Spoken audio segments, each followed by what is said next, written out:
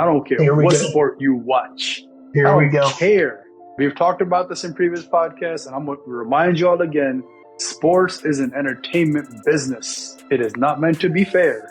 Stop holding expectations it's going to be fair. It's not.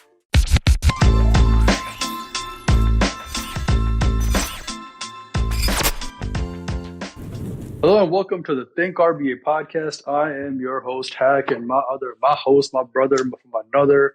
Hey, yo, Chico, what's good, my man? Hey, yo, what's good, Mr. OK? Mr. Okay, man. Okita. Hey, all is okay here. I hope likewise for you, my brother. We are here. We're ready to talk about some more, that football. And sir, here's what I want to say to you. You were in the coaching space, right? You are coaching youth football, tackle. Y'all getting out there. Right, y'all working. Mm-hmm. And what I want to tell you is that, bro, as soon as I don't know if maybe in the middle of being finished, there's an opening, there's a vacancy you might want to apply for, my man. You go straight from youth to the big leagues, and I know you're ready for it. You might need to relocate, but it's there. It's the what is it? The green gang or whatever they're called. Mm-hmm. I don't acknowledge them much because I'm from the area and we go with the blue. I guess you anointed me with the blue side, but this is the green side. So this is the Jets, man. They had an unexpected, all of a sudden firing of their head coach. I don't think the Jets are that terrible, or at least this season they haven't been. But sir, you might want to submit that res, get it updated. Let me just start by saying this. After our last youth football game, I told my lead assistant that the head coach should be fired. Wow. Because that's how things have been going lately. So I don't think the Jets would be looking at as somebody with my record right now. But also too, I don't think D would let me. I don't think he would let me do it because every time he hears the Jets, he says, "Jets, just end the season." That's his entire relationship with the New York Jets. So I won't be going JJ Redick style, but talk about some like crazy news. Right. I saw the notification pop up on my phone, and I was like, what? No way. This has got to be it's got to be a fake Schefter account, right? Like, there's no way that this is real. And sure enough, I was shocked. And then for me, you see all the little details that start to roll out, and it's contradictory reports, which makes it even messier, right? The drama, right? Maybe it's the script writers, who knows? But you hear that he was escorted by security out of the facility. He didn't get a chance to address the team, and it was contentious. Was Aaron Rodgers the reason why he got pushed out? Well, the owner didn't talk to Aaron. But actually he did talk to Aaron on Monday night. So did Aaron advocate for his firing? Supposedly that day he was going to fire he being Robert Saleh, the former head coach now, he was going to fire his offensive coordinator supposedly that day. And instead, minutes before he was going to do that, he got fired. So lots of drama, lots of questions surrounding it. There was another aspect of it too, right? The game that they just lost, so the last two games, right? Because they were 2-1. Now they're 2-3. They lost two in a row. The last two games that they lost, you can say that Denver loss at home was bad, right? That's a team you're supposed to beat cross country, but it was also a wet, rainy game, very sloppy. Both teams were all over the place. Okay, maybe you can just flush that one and move on. But then they lost the London game to the Vikings, who are now 5-0. But that Vikings, I don't know how you get mad at that, right? That Vikings team has beat the 49ers. They've beat, what else did they beat? They beat several good teams. Texans, the Packers. So to come back from that London game, and then supposedly the other part of the drama is that, their Jets owner was the former ambassador to the UK. And so supposedly he had a bunch of friends there. They lost. He was embarrassed. So again, lots of drama and rumors swirling around this firing and what it potentially came down to. But at the end of the day, even though they're 2-3, Monday Night Football, they're playing for first place in the division. And so generally you just don't see head coaches get canned like that, right? Not this early, unless they were 0-5 to start the season, or maybe 1-4, Right. and they had super high expectations. But to be playing for first place and fire your coach the same week, I feel like there's got to be something else there. Don't know what it is. And I don't know which of those rumors, or all of them, or none of them are true. But I just feel like it's too odd of a move. Like, you got to think. I think through it, like, strategy wise. Like, what's the vision? What's the strategy here? What's the purpose? Mm-hmm. There had to be something underlying here, and you can't say that it was all because of Robert Saleh, right? Like, Robert Saleh's not out there. There's layers to it, right? So it was. I was shocked, bro. Like, no lie, I was shocked. I mean, I'll just say this. I'll sum it up in one way, bro. It's the Jets, and as D says, just end the season. This is indicative of just behavior of just end the season. Typical Jets behavior. So I'm not. I know you were shocked, but I wasn't. So I mean, I wasn't shocked because of the Jets part, but it's just very atypical for that to happen. It's just yeah. No, whatever that is, I'm sure maybe there'll be some more reports coming out on it, talking about, here's the other parts of this onion, right? There's these layers that we don't know yet. But again, to do something like that is a major decision making. Hopefully not rash. Mm-hmm. I don't understand the game plan. Yeah. I don't understand the strategy and game plan here. But if this was a poker game, I'm thinking, wow, that's a fold. Sounds like a fold, right? Mm-hmm. But again, we'll see. Or it's a bold move. Correct. A very bold move. So I don't know, but as the Jets are concerned, I know Davante Adams was a potential spot for him. Does that kind of hurt there? The Davante situation is so odd because, like, if I'm Davante, do you want to go back? You just came to a situation where a coach was fired and you just had an interim coach, right, for the last year. Like, is Aaron Rodgers enough to weather that storm, right? Like, is that something you really want to do? Or do you want to go somewhere with stability beyond this season and not have to start with a brand new regime next year, which is what they're going to have to do? I don't know. I guess time will tell whether Aaron Rodgers is enough for that. But then it's crazy because his second option, or second place rumor wise, of him wanting to go, which is New Orleans with Derek Carr, mm-hmm. which is the main reason he wanted to be traded to the Raiders in the first place. Derek Carr's out for a while. And so he got hurt in the Kansas City game. So now it kind of puts that on hold. And, potentially if the Saints season goes sideways, I mean, they're 2-3 as well. If the Saints season goes sideways, it's likely that they're going to fire their coaches and start with a new regime and rebuild because their cap situation is terrible. So again, if you're Davante, do you want to go through all of that, or do you want to go somewhere where there's a little bit more stability, but a different quarterback that you're not used to? I mean, he just can't catch a break. But here, I have a theory I'd like to propose to you. Okay. Now, bear with me when I start. Oh, Lord Jesus. Pray for us, y'all. So he could always follow the Antonio Brown trajectory. Oh, dear God. Go to a team and then work his way out of it to only get...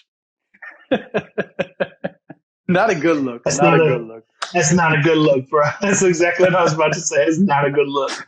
And I think Davante's too professional for that. Right. He is. I mean, I think he definitely doesn't have his reservations behind the scenes, especially seeing how the receiver show on Netflix, following him around last season. Yep. I don't think he's shy to be vocal. No, right? No, clearly not. But he's also not gonna really air it out in the media like that, or he's not going to play those kind of silly games. So he still has that level. You're not going to get a sound bite from him that is going to go. Yeah. So no, he's a professional for sure. But I mean, if he wants to come win, I know a team down south that could gladly come use the services. Got some stability, got some other weapons around, got a quarterback that's solid and can distribute the ball. I'm just saying. Hey, there's always I know a guy.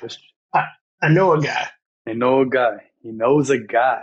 That runs the South. Yes, sir. That's right. Well, we shall see. I mean, it's still looming. Seems to be dying off, but again, you never know. You may get that alert one day. Davante Adams is a Falcon.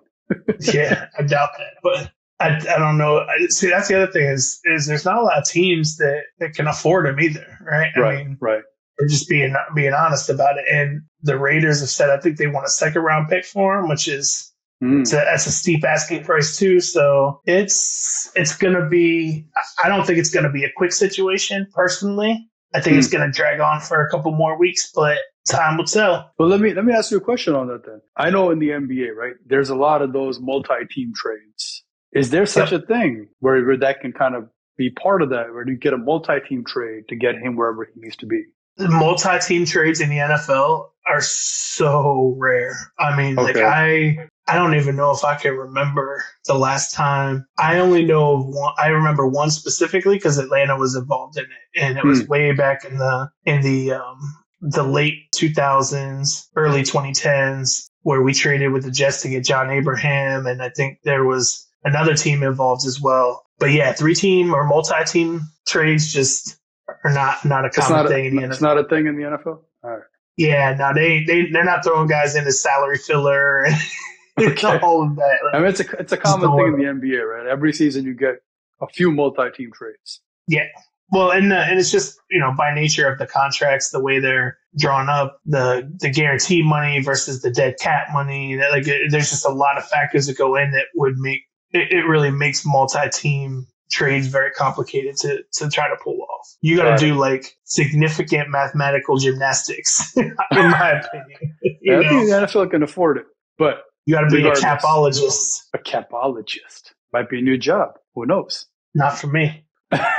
I have a hot take. Well, I don't know if it's a hot take, but a controversial take for you. Have you heard about I know you were talking about this last episode about the Lions the new jerseys that they got that are fresh, right? With that cool blue. Yep. So did you hear? Now let me make sure I read this correctly when I read this to you. Detroit Lions accused of cheating. Did you hear about this? Okay. Accused of cheating with camouflage jerseys, which caused stealth interception against LA Rams. Stop it. Just saying. Just stop it. You know what that sounds to me? Yeah. It sounds like it's non-RBA. That's what it sounds like. That is exactly what it sounds like. Yeah, it sounds like somebody is making an excuse. There you go. But is that a good strategic tactic to have jerseys that camouflage with the background of whatever the backdrop is? I mean, a lot of teams have jerseys that match the end zone painting. Like that's not a new thing. In fact, even beyond that, Travis Kelce talked about it, right? Yeah, I think he was talking about when they wear red, he wears red gloves, right? So it matches, it matches, and it's hard for them to point it out, right? So I mean, there's little tips and little tricks and things you can do. Like at the end of the day, it's football. Like there was nobody going in stealth mode. We weren't wearing Harry Potter invisibility cloaks. Like get out of here. Okay. That's weak. That's a weak excuse. It is a weak excuse. Well, I have a not so weak, not an excuse, but a not so weak stat. Okay. Bro, there are still 2 teams that are undefeated currently in the NFL. Yeah. 5 weeks in. I know, and I talked to you about this, right? Who's good, who's not, and you were like, we don't know yet. But can we say that these 2 teams are good now, and the rest are not as good? Well, I mean, one of them is the Chiefs, so yeah, you can always say that. The Vikings are the surprise, and looking at their schedule, I mean, I think if they're going to lose a game anytime soon, it could be against the Lions this weekend. Okay. So it's Viking Lions, but then after that, it's at the Rams, who are injured. Hypothetically, they could still lose that game. They play the Colts, the Jaguars, the Titans, the Bears, the Cardinals. I don't think they're losing to any of those teams. So I don't know. It'd be interesting if they win all those games and then they go up against Atlanta on December 8th. They'd be like, what is that? 5, 6, 7, 8, 9, 10, 11, 12-0 against Atlanta, and Kirk against his old team. Could he be the one to end it? That'd be a nice little story. But yeah, I mean, I think if they get past the Lions and the Rams the next 2 weeks, they have a pretty favorable schedule to rack up some more wins and stay undefeated. Okay. So, and I'm assuming the same thing for the Chiefs, or no? I mean, it's the Chiefs. So, And the Chiefs, like, I'm sorry, but I'm starting to buy more and more into the conspiracy theory about the refs because I see it over and over. Like, You wouldn't and say. the thing about the Chiefs is similar to us. Every game, with the exception of the Saints game this past week, every game has been a one-score game.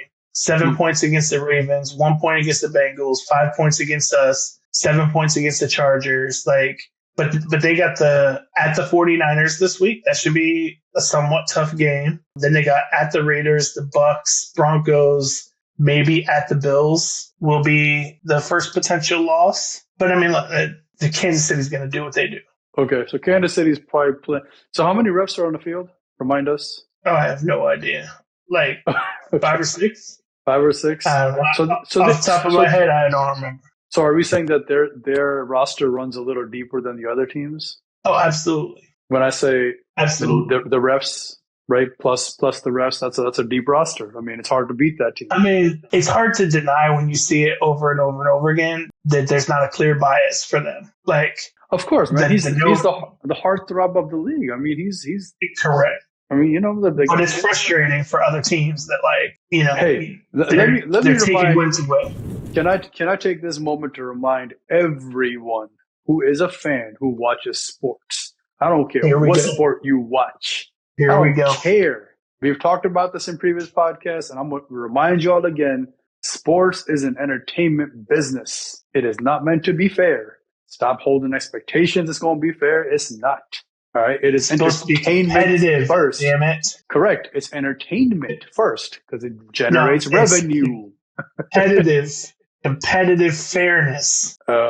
See, my own co-host, my own brother, he's caught up in it. It's entertainment first, then everything else. But again, so Pat Mahomes, you know, he's the face of the league, and he helps them make money. So it's just that simple. If the Chiefs win, the NFL wins. That's how it's looked at. Well, if they can get 20 camera cuts to Taylor Swift during the game, yeah, absolutely. All right, let me move on now. For real?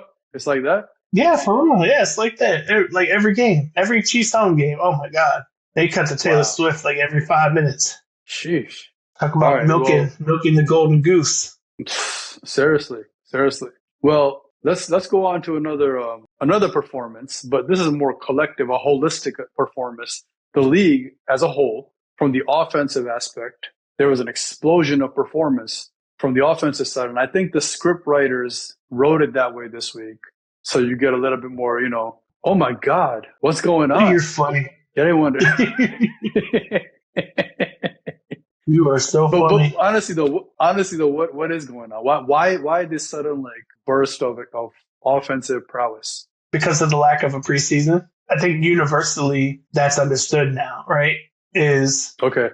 Teams because of the extra game, teams don't approach the preseason the same way, which means the first couple of weeks of the season is your preseason now, right? I mean, a lot of teams didn't play their starters at all in preseason. Right. So you're talking about week 1, 2, 3, 4, you're working out the kinks, right? That's why scoring was down this year.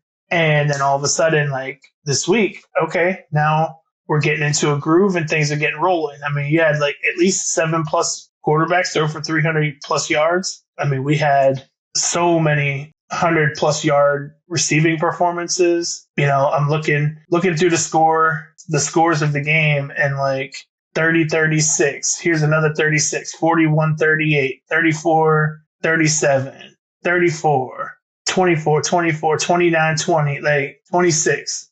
A lot of scoring, a lot of points put up, a lot of yardage, everything, which helps us in our enjoying our entertainment. Exactly. And helps us in our fantasy lives too, which I know we'll get to later. Hey, you know what though, man? Just like the NBA, it's about points, right? You score more points, more fans enjoy it, the more they want to watch, more they show up. So the NFL might be on that same script writer. They might be hiring the same script writers as the NBA, so it might work out that way.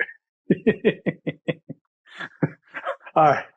Let's move on to the actual week itself and kind of go through our normal list that we do, and you give your expert opinion or expert takes on what you think, what you felt, and what you foresee and project. So let's start off with our biggest winner. Who was the biggest winner this week? or who were the biggest winners this I hate to sound like a broken record, but I think I got to go here.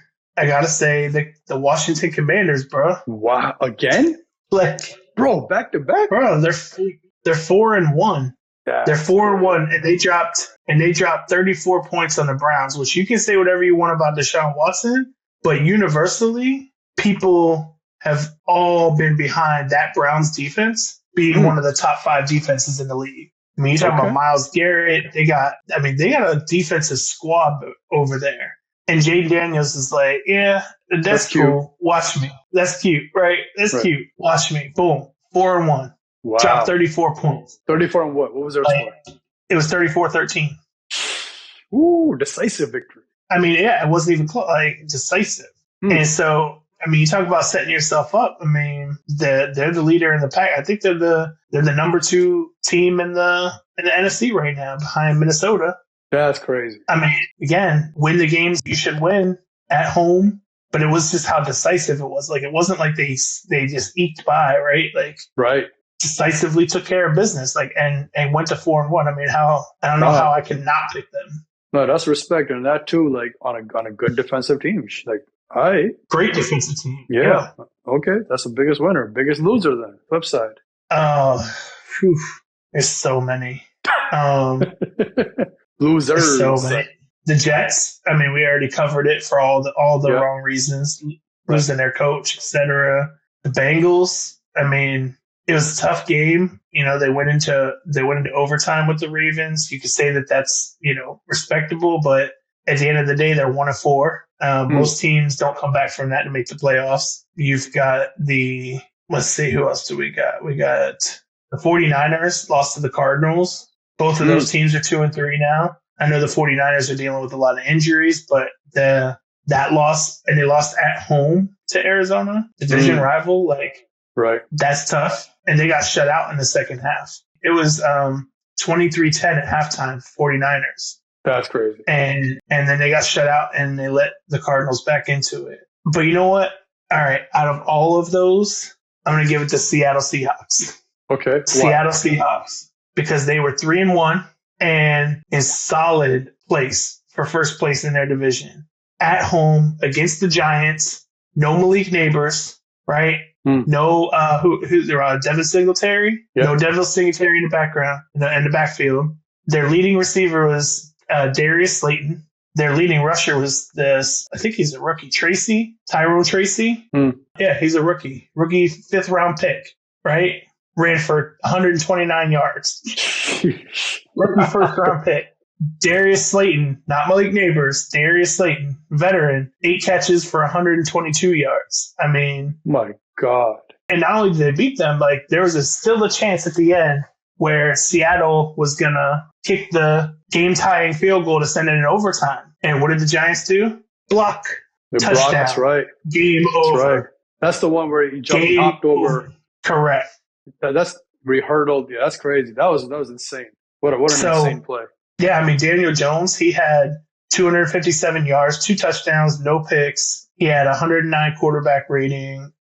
Rookie running back goes for 129 yards. Darius Slayton goes for 122 yards. The Giants came to play, and they smacked Seattle in the mouth. And then to win on a game-ending blocked field goal for a touchdown, that's disrespectful. That's on the road. Yeah. The Seattle Seahawks, the vaunted 12th man, right? Oh, it's so loud in their stadium. They got the 12th man, blah, blah, blah. Terrible. It's a bad loss, in my opinion. No, it's embarrassing the way they lost. I mean, that was quite a performance at the end. And the way they lost it, like that closer was like rubbing salt on your wounds type closing. Well, and this is for a team that, like, with the struggles that the 49ers have had early, like, this is your chance to take control of that division. You can't lose to the Giants at home. I'm sorry. Like, you just can't. So biggest loss, I'm going to go. Biggest loser, I'm going with Seattle. Got it. Okay. Now, this may also be part of this category, is unexpected performances. That was pretty unexpected, right, by the Giants? But is there more? Now, is there something that's bigger, better than that, in your opinion? I think that there were a couple. One was the Cardinals. We kind of talked about that a little bit. Like, They were down at halftime on the road, but they came back to win 24-23. The Broncos, and I get it, the Raiders are not like, a great team or anything, but still, like, the Broncos weren't considered to be either. And they won decisively, 34-18, 3-2 record. So they're right there in the thick of their division. Texans took care of business against the Bills, 4-1 for them. The Jaguars finally getting their first win. Yeah. Right? I mean, putting up 37 in the process, So who did they beat? Who did they beat? The Colts. Okay. There was some surprise, just I wouldn't say one stuck out more than the other, but definitely some that were like, oh, okay, that's interesting. Very interesting. Well, that's just the way sports is sometimes. Yeah.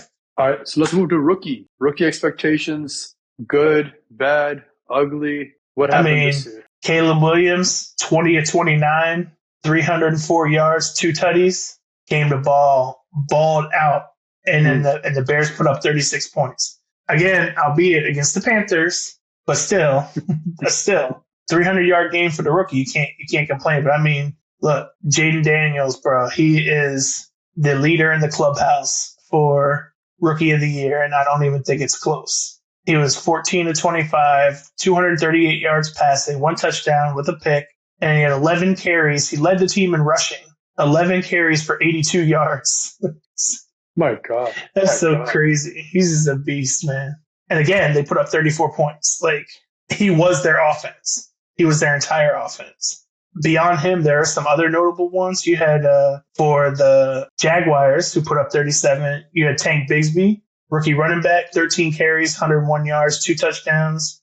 He had a solid game. Broncos, again, I mentioned that they won to move to a 3-2 record. Bo Nix had 8 incompletions, 19-27, 206 yards, 2 touchdowns. Rookie tight end for the Raiders, Brock Bowers, 8 catches for 97 yards and a tutty. Who else do we got? So we talked about Tyrone Tracy for the Giants, 18 carries, 129 yards. So yeah, I mean, there were some.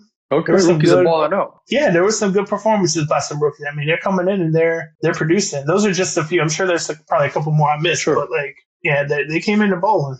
All right, well then, to cap it off, at least for the good bad, RBA player or moment of the week. I mean, do you want to put this together with our next segment? Because you got to know. So I was going to give you a separate one, but if you want to just combine it, that's fine. So Falcon Frenzy, we have to, aka RBA moment. Yes, I mean we have to. Look, anytime, like I said, I said that there are a whole bunch of performances where a bunch of people threw for over 300 yards, right? Mm-hmm. Caleb Williams 304, Joe Burrow 392, 392. That's tough. Trevor Lawrence for the Jags 371, CJ Stroud 331. Dak Prescott, 352. Mahomes, 331. What do all of these have in common? They're all in the 300s. There was nobody in the 400s. Almost, right? One of them almost. Almost, but not quite. And then there was one guy all by himself in the 500s. And that is my guy, my man, Mr. Kirk Chains himself. I mean, what a ridiculous game. So is this going to start the Falcon Frenzy part? Let's just go into it. So yeah, absolutely. Thursday night football games. Can I just preface that just with a little? Okay. Is that the only game that went into OT? No. The Ravens and Bengals went into OT. So Burrow's yardage also came from that OT, is my. Yeah. Got it. Some of it. Okay. But not a whole lot, because both OTs were really quick. They were very short. So I mean, our OT was like 2 minutes, but we'll get into that. So first of all, Thursday night football games just generally they're usually hit or miss. They're really not very good for whatever reason. It's like they don't always get good teams in there. There's been some decent games here and there, but like I just remember time and time again, it'd be like, oh yeah, it's Jacksonville versus the Colts or the Texans before they were good, right? Like. Like, who wants to sit and watch this on a Thursday night? Like, I got work in the morning. But Bucks and Falcons, I mean, we always play each other tough, division rivals. I knew it was going to be a tough game. Falcons and their clean throwbacks. Those, to me, rival Detroit's a little bit because I like the red and the black throwback helmets. But, bro, I was so hyped that night. I was ready to record that night. Like, I wanted to just jump on and wake you up and get you to record because I don't know how for the, third time we pulled a win when it seemed like we were going to lose. And I'm not used to this. Like, you got to understand. They're spoiling you. I used to be used to this, right? Remember Matt Ryan, early in his career, he got his nickname Matty Ice because he had like 5 or 6 comeback wins in his rookie year. So, like, I got spoiled by it early in Matt Ryan, right? And then it's like towards the latter part, especially the last probably 4 years, it's like, man, so many times we're on the losing end of those close games and teams like find a way to take it from us in the end. So I don't know how to act right now. Okay.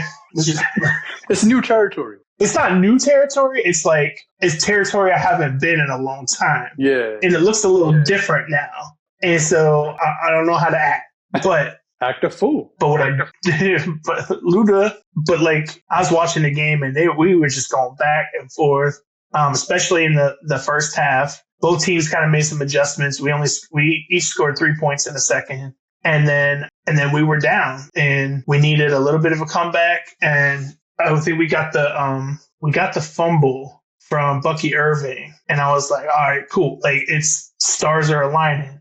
And next thing you know, we're in 4th and 15 on our own 20 and going for it. And I'm just like, bruh, I know we got 3 timeouts, but why are we not kicking it deep, right? Like, if they kick a field goal, we got to go down and score a touchdown. If we kick it deep, stop them and use 3 timeouts, get the ball back, we only need a field goal, right? So I'm like, why are we? It was a very risky decision to go for on 4th and 15 from your own 20 something. Like, I was, and then Kirk throws a pick. And I'm like, and everybody thought that was game. That's what you're used to. That's what I'm used to, right? And so, and then, we used timeouts. There was a holding penalty, which pushed him out of field goal range. And, people are going to complain that they say, oh, yeah, there was also the broadcast pointed out that there was a face mask on Atlanta on the same play that wasn't called. But like, there's also screen grabs from earlier in the game where there were face masks on us that weren't called. Like, it happens. That's just football. It wasn't as blatant as the pass interference on Kyle Pitts in the end zone that Kansas City got away with. Hey, entertainment. Stop it. So, but either way, so like, it pushed him out of field goal range. And then, we got the ball back and Kirk did what he's done, 2 other times, and this making the 3rd time, and he just took us down the field. And then so he threw it to Ray McLeod, who fumbled out of bounds. I haven't seen that in a while either. So then that kept the clock running. Like, you can't fumble out of bounds to stop the clock, right? And that's what prohibits players from just like, oh, I can't get out of bounds, so let me just throw the ball out to stop the clock. So you have to get your body out with the ball, right? Makes sense. I'm like, oh, God. So the clock is running. Boom, boom. We have 12 seconds. And so I'm like, okay, cool. Like, we're probably 5-10 yards, maybe 10 yards from Koo's range. You got to hit something to the outside. Like, 12 seconds is no timeouts, dangerous territory if you throw it across the middle, right? Because if you don't get down in time and you don't get set, you don't have a chance to kick that game-tying field goal. And he drops back, and I see him unload into the middle of the field, and my heart sank.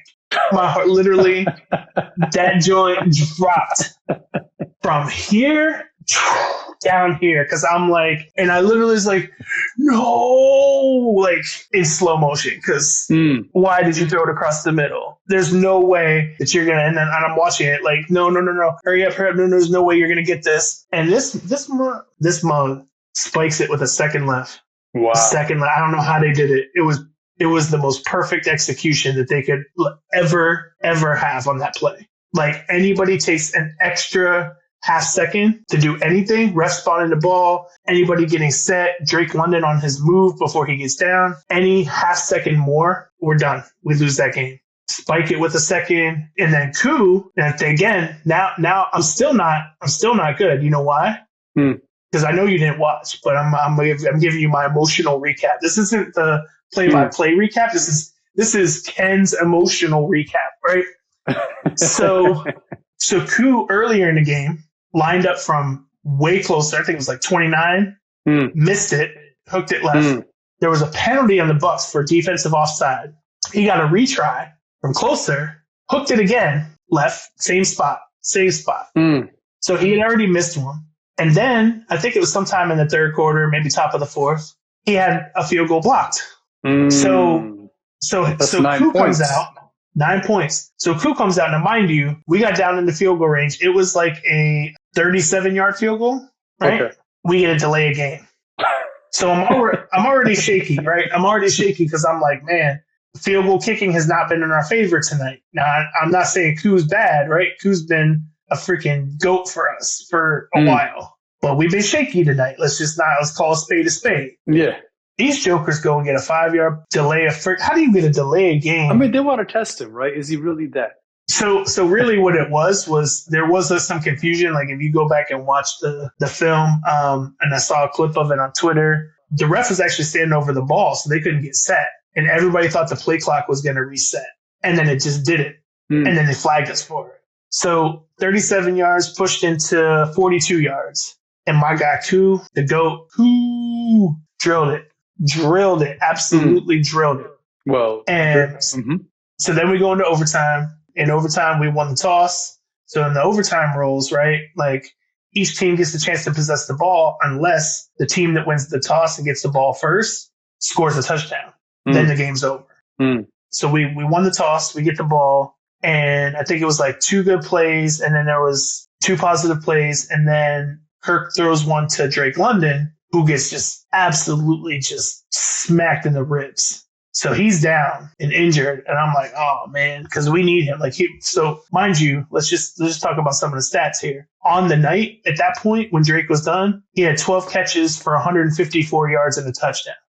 So he was our primary target, and so he goes down, and I'm like, man, we need him on the rest of this drive. So hopefully it's just like one play, sit out, and you're back, right? Very next play, his backup comes in. Talk about next man up. Kadero Hodge comes in. Kirk puts it on his. He runs like a little comeback. Kirk puts it on his outside hip. He snags it. The corner was playing inside. He just loops him, turns on the burners. I think it was a 45-yard catch and run touchdown. Game over. And I'm sitting there like, how did we win that game? Like, this is like all of the sequence of events is so. It shouldn't happen, right? But it did. So I'm here for a lot. So your heart rate was like, on the monitor, it was bro, honestly, like no joke, right? I think we might need to invest in a monitor, and like that'll be part of like a new segment that we do is like, let's take a look at Ken's heart rate during the Falcons game. Because I mean, every single game that we've been in, all 5 have been 1-score games.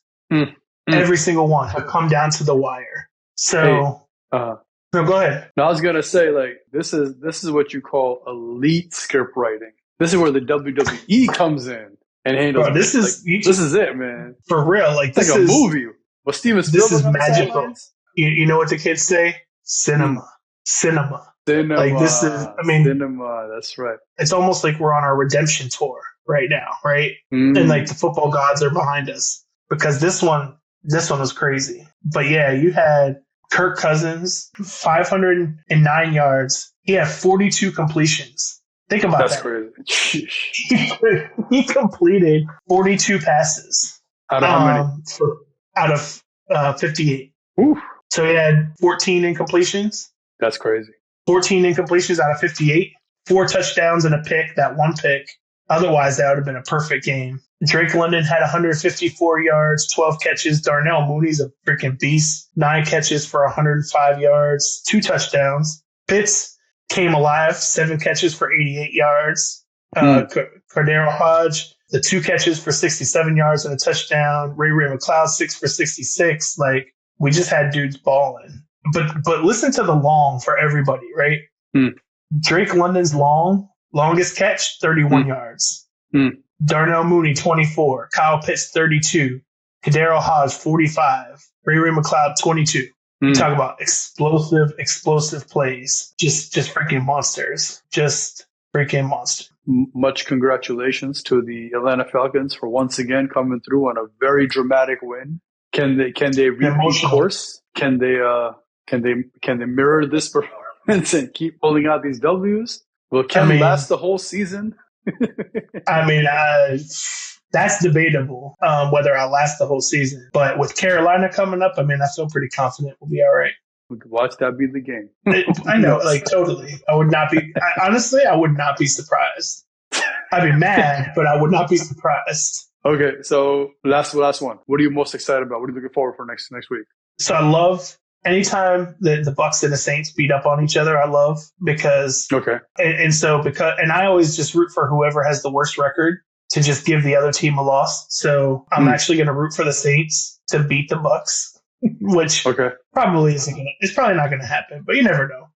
Derek Carr's out, but I want to get some separation from Tampa. Honestly, the game that I think will be the most exciting. I can't believe I'm going to say this out loud. Because who would have thunk it like before the season? But the Baltimore Ravens at home playing the Washington Commanders. Wow, I was going to say Commanders again. You have Lamar Jackson versus Jaden Daniels.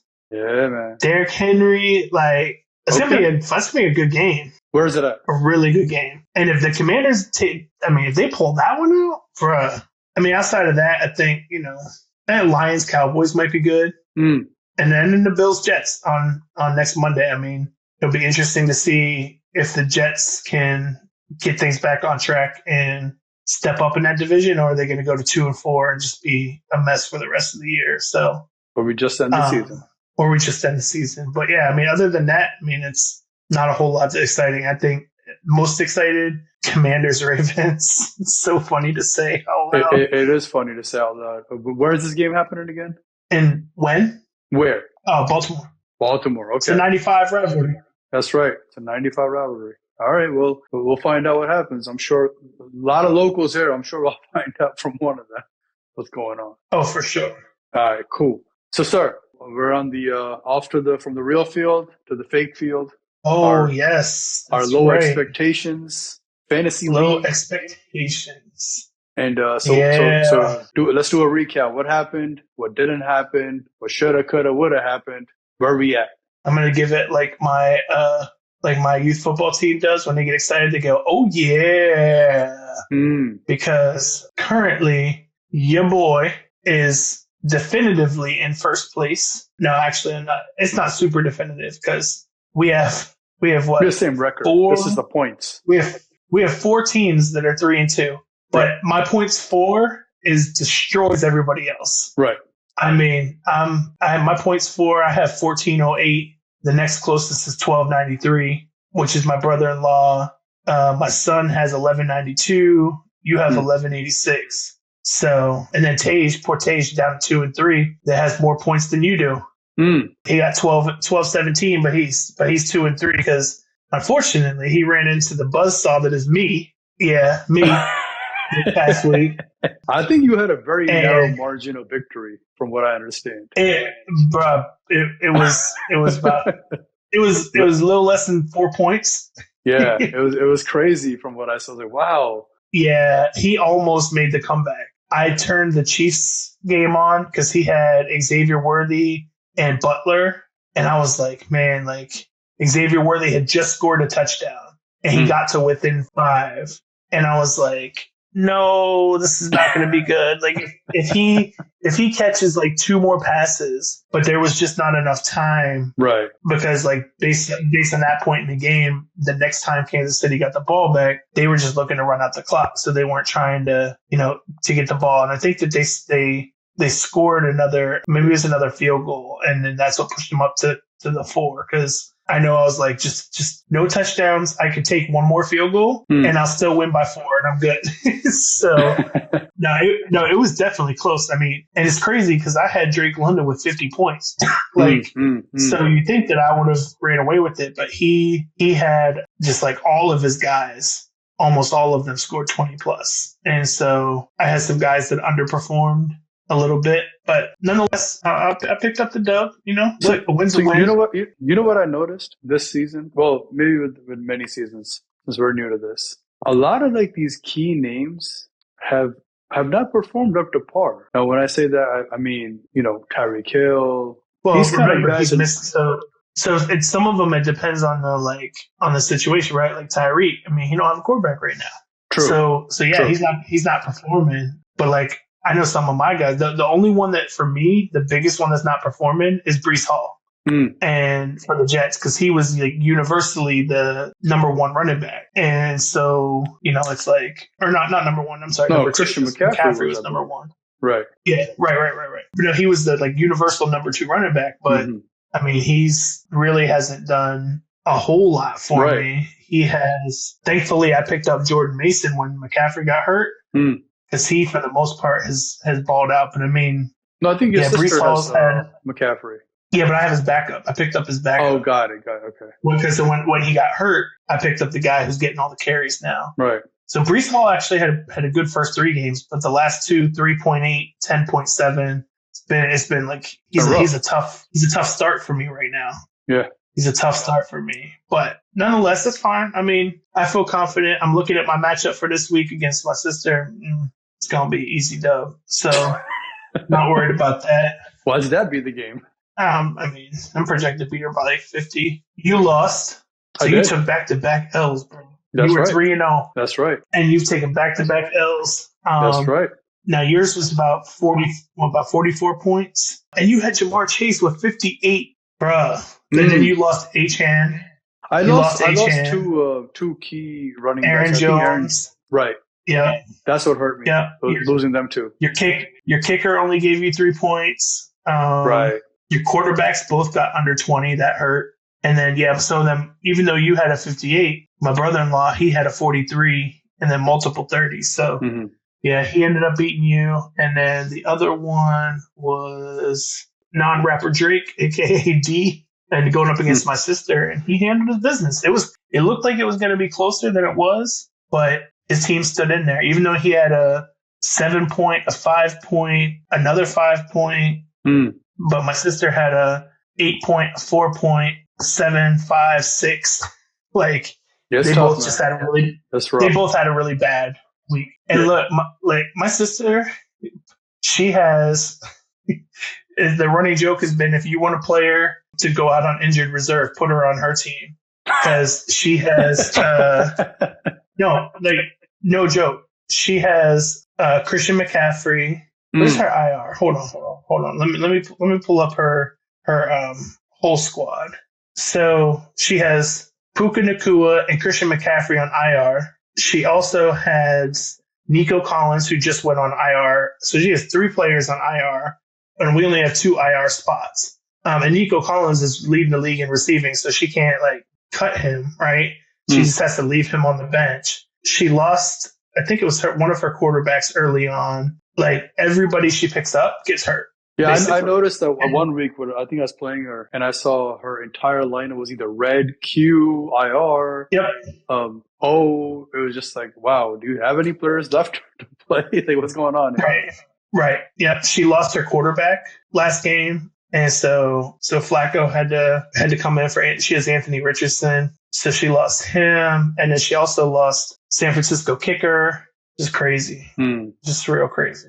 All right, well, so there's always next week. But no, because she plays me this week. It's always next week, like the week after. That's what I meant. There's always next to next. Oh, got it. Because nobody's beating me. So. Wow. Okay. So, yeah, that's where we're at. All right. Well, we'll recap next week. So thank you for sticking with us, joining with us. And until next time, at Think RBA, everywhere, anywhere. And we will see you next week with the same great, hopefully some new.